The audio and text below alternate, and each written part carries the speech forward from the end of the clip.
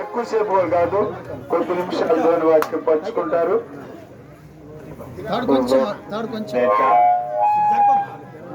నేను చాలాసేపు వాక్యం చెప్పను, పావు గంట సేపు కంటే ఎక్కువ చెప్పలేను.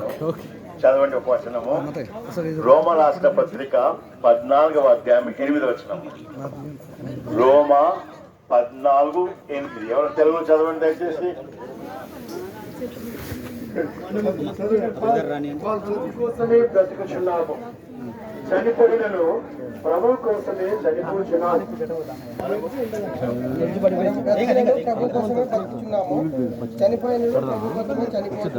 ఈ లోకంలో బ్రతికిన ప్రభు కొరకే, చనిపోయిన ప్రభు కొరకే. అదేంటిదంటే దేవుడు ప్రతి మానవుడికి జీవం ఇచ్చినాడు. ఆ జీవమును హాస్పిటల్ కాపాడలేరు కదా. మన దేవుడు వాక్యానుసారంగా మన రోజులు లెక్కించబడ్డవి. ఈ రోజు పోవాలనో ఆ రోజు పోవాల్సింది. ఎందుకంటే యోగ గ్రంథం స్పష్టంగా రాసింది, పర్లేదు అయిపోయింది. మన ఊపిరి దేవుని చేతిలో ఉంది. దేవుడు ఊపిరి, ఆ దేవుడు ఇచ్చాడు ఊపిరి కాబట్టి మన ఊపిరి ఆయన చేతిలో ఉంది. బ్రతికినాను ఆయన కొరకే, చనిపోయినాను ఆయన కొరకే. ఎందుకు? ఆయన కొరకు.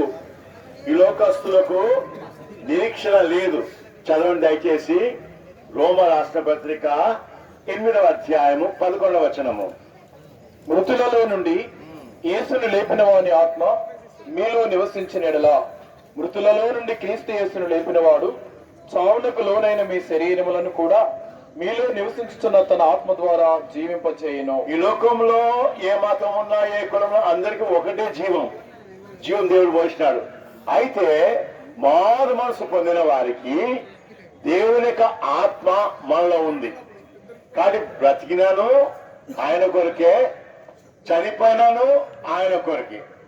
అయితే మనం గ్రహించాలా, సరే చనిపోయినాం కదా, ఈ లోకం నా శరీరం కదా, దేవుడిచ్చిన నా శరీరం కదా, నేను నా జీవించవచ్చు. అయితే మనం గ్రహించాలా. 1 కొరింథీయులకు రాసిన పత్రిక 6వ అధ్యాయం 10వ వచనము. 1 కొరింథీ 6వ అధ్యాయం 10వ వచనము. దొంగలైనను లోబులైనను 20వ వచనము. విలువ పెట్టి కొనబడిన వారు గనుక మీ దేహముతో దేవుణ్ణి మహిమపరచుడి. మనం గ్రహించాలా. సార్ రూబెన్ గారు దేవుని యొక్క రక్తము చేత విలువడి కొన్నాడు. ఆయన శరీరము దేవుని కొరకు వాడబడ్డది.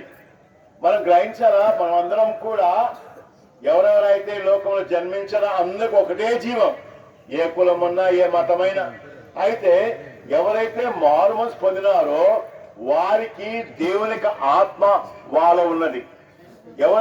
ఎవరైతే ప్రభువైన యేసుక్రీస్తు కొనుక్కున్నాడో, అందరికి కొనుక్కోలేదండి, రక్షించబడే వ్యక్తి గ్రహించాలా. దేవుడు మనల్ని కొనుక్కున్నాడు కాబట్టి మనము గ్రహించాలా. ఒకటి చదవండి. 1 కొరింథీయులకు రాసిన పత్రిక చివరిగా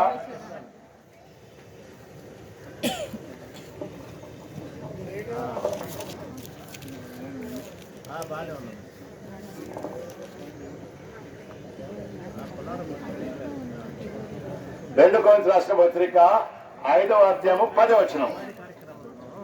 2 కొరింథీయులకు 5:10. ఎందుకనగా తాను జరిగించిన క్రియలు చొప్పున అవి మంచివైనను సరే, చెడ్డవైనను సరే, దేహముతో జరిగించిన వాటి ఫలమును ప్రతి వాడును పొందినట్లు మనమందరము క్రీస్తు న్యాయపీఠం ఎదుట ప్రత్యక్షము కావలేను. 2 వారాల క్రితము మా బంధువు కానీ చనిపోయినాడు. సమాధి కాడ వాక్యం చెప్పాలా. నాకు భయం వేసింది. చనిపోతాను భయమే. నేను దేవుని దగ్గర నిలబడాలి కదా. దేవుడు లెక్క అడుగుతాడు, నా శరీరమును ఏ విధంగా వాడుకున్నావు. చనిపోయినాను, ఈ లోకంలో ఉన్నాను. రెండు జీవితాలు మనకు. ఒకటేమో ఈ లోకంలో, రెండవది పరలోకంలో కదా. కానీ మనం గ్రహించాలా. చనిపోయిన తర్వాత మన దేవుడు నిలబడాలి కదా. నేను లెక్కేవాడు కదా. ఎందుకు నన్ను విలువ పెట్టి కొన్నాడు దేవుడు. దేవుడు మాతో మాట్లాడుతున్నాడు. సో రూబెన్ గారి యొక్క మృతదేహం ద్వారా, కుమారుడా, కుమార్తె, నీలో రెండు జన్మలు ఉన్నాయా. వాడు తిరిగి జన్మిస్తే గాని పరలోక రాజ్యం చేరడు కదా. ఒక మీరు తిరిగి జన్మించకపోతే ఈరోజు తిరిగి జన్మించాలా.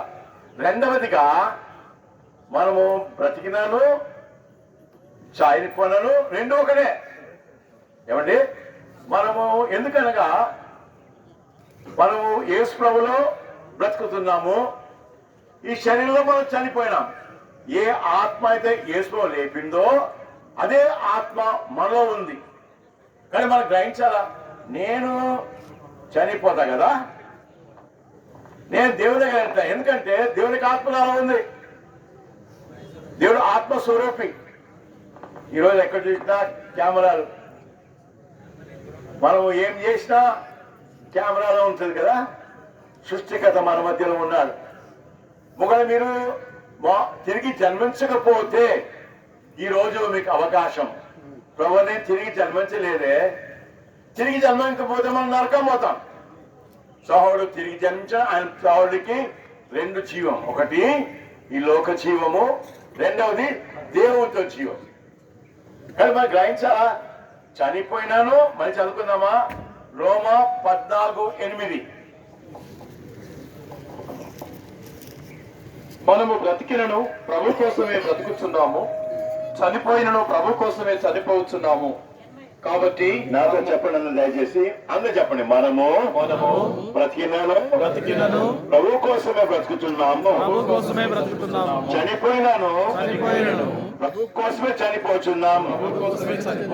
మనం చెప్పగలమా, నేను ప్రభు కొరకు జీవిస్తున్నాను ఈ లోకములో, నేను చనిపోయినాను ప్రభు కొరకే చనిపోయినాను. ఇది సాక్ష్యం, రూబన్ గారి సాక్ష్యం కదా. చనిపోయినాను బ్రతికినాను ఆయన కొరకే, చనిపోయినాను ఆయన కొరకే. కానీ దేవుడు కుటుంబాన్ని ఆదరించలాగునా మనం కూడా గ్రహించాలా, ప్రభువా నాకు రెండంతల జీవం కదా. దేవుడు నాతో మాట్లాడుతున్నాడు, మాతో మాట్లాడుతున్నాడు. నేను చనిపోతాను కరెక్టే, మనం ఈ లోకంలో ఉన్నాము, జీవితకాలము కలిసిమెలిసి ఉంటున్నాం కరెక్టే. దేవుని అట్లా ఒక రోజు నిలబడాలి కదా. దేవుడు అంటాడు, నీకు శరీరం ఇచ్చినాను కదా, దేవుని కొరకు వాడుకున్నావా నా శరీరాన్ని, దానికి లెక్క ఇవ్వాలా.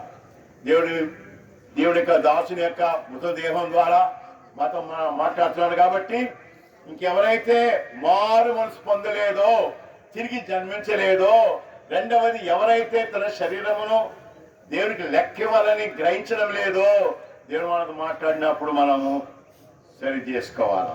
ఒక సమాధి తోట మీద రాసినారు. అందులో చెప్పడం నాతోటి, నేను అనుకున్నాను కానీ ఇంత త్వరగా అవుతుంది అనుకో.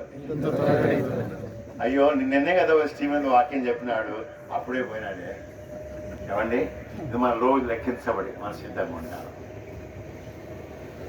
ఈ సమయంలో మరి కుమారుడు జాన్ పేట్రు ప్రభుని స్తుతిస్తారు.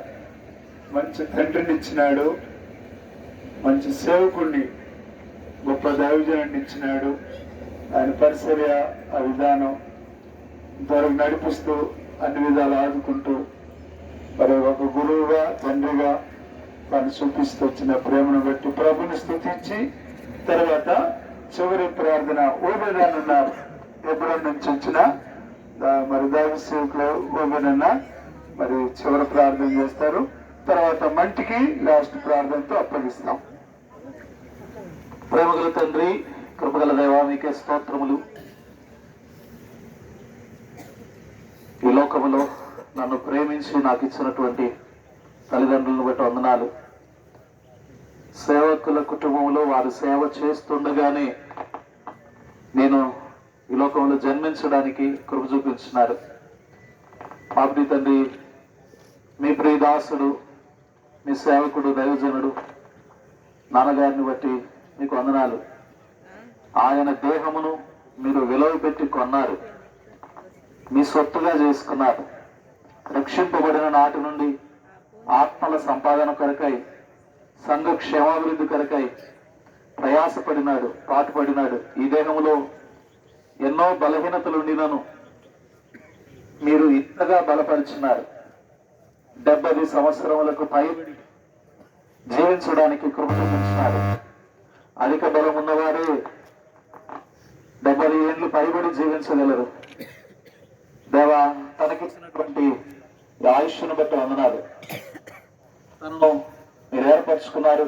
బ్రతికినంత కాలం మీ కొరకే బ్రతికినాడు. ఇది నాన్న మృతి పొంది కూడా మాట్లాడుతున్నాడు. అందును బట్టి వందనాలు. తనకు ఈ లోకంలో మీరు ఇచ్చిన జీవాన్ని బట్టి వందనాలు. మరి ప్రాముఖ్యంగా దేవుని జీవం తనలో ఉంచి నిత్య జీవమును మీరు ప్రసాదించినందుకు కూడా వందనాలు. ఒక నిరీక్షణ మాకు ఇచ్చినందుకు వందనాలు. మరలా తిరిగి కలుసుకుంటామనే నిరీక్షణ ఇచ్చినారు. గొప్ప ఆదరణ మీ లేఖనముల ద్వారా మాకు లభించింది. అందును బట్టి మీకు వందనాలు. పునరుత్థానమును జీవమును నేనే అని మీరు అన్నారు. మీరు ఒక రోజు రాబోతున్నారు. ఆ రోజున మీతో పాటు మా ప్రియులను అనేకులను కలుసుకుంటామనే నిరీక్షణ ఇచ్చినారు. ఎంత త్వరగా వస్తే బాగుండు అని ఎదురు చూసే నిరీక్షణ ఇచ్చినారు. అంత త్వరగా మిమ్మును, నాన్నగారిని, అమ్మగారిని, అన్నయ్యను, ప్రియులందరినీ కలుసుకుంటామనే నిరీక్షణ ఇచ్చినారు. అందును బట్టి వందనాలు. మీరు ఇచ్చిన రక్షణను బట్టి, మీరు అనుగ్రహించినటువంటి ఈ గొప్ప ఆధిక్యతను బట్టి వందనములు చెల్లిస్తూ, తాను నా కొరకై సిద్ధపరిచి ఉంచినటువంటి ఈ ఆత్మీయమైనటువంటి ఆస్తిని బట్టి వందనాలు చెల్లిస్తూ, యేసు నామములో ఈ చిన్ని స్తుతి ఆరాధన మీ పాదములకే సమర్పిస్తున్నాను తండ్రి. ప్రార్థన చేస్తారు. తర్వాత బాక్స్ లోపల నిలిచిన తర్వాత పెద్దలు స్టీఫెన్ అన్న చివరి ప్రార్థనతో కార్యక్రమాన్ని ముగిస్తాం.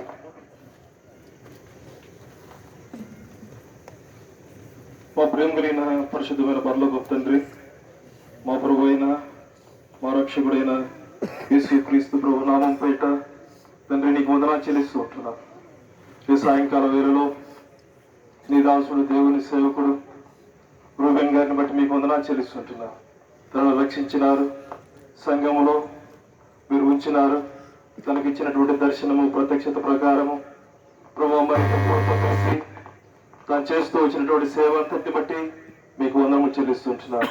కుటుంబంగా చేసి కుటుంబంగా కూడా నేను నా ఇంటి వారిని యెహోవాను సేవించదమని యెహోషువ సెలవు ఇచ్చినట్లుగా పలికినట్లుగా నీ దాసుడు నీ దాసురాలు తనకిచ్చినటువంటి కుమారుడు, కోడలు, ప్రభు మనమరాలను బట్టి మీకు వందనాలు చెల్లిస్తుంటున్నాను. వారు కూడా నిన్ను సేవించుటకు తండ్రి బాటలో వారు నడుచుటకు దర్శనంలో ప్రత్యక్షతలో మీరు నిలిపినందుకు మీకు స్తోత్రములు. ఈ లోకంలో వ్యాధి రోగ బాధల గుండా తను ఈ లోకంలో వెళ్ళినప్పటికీ తన ప్రయాసను మాని నిత్య విశ్రాంతిలో మీ పిలుపుకు విధేయత చూపించినటువంటి వాడై మీ దగ్గర మీతో ఉంటూ ఉన్నాడు. మీరు వచ్చేటప్పుడు తీసుకొని మరలా రానంటున్నారు. ప్రభా మన అయినది వెనకటి వారిని మరలా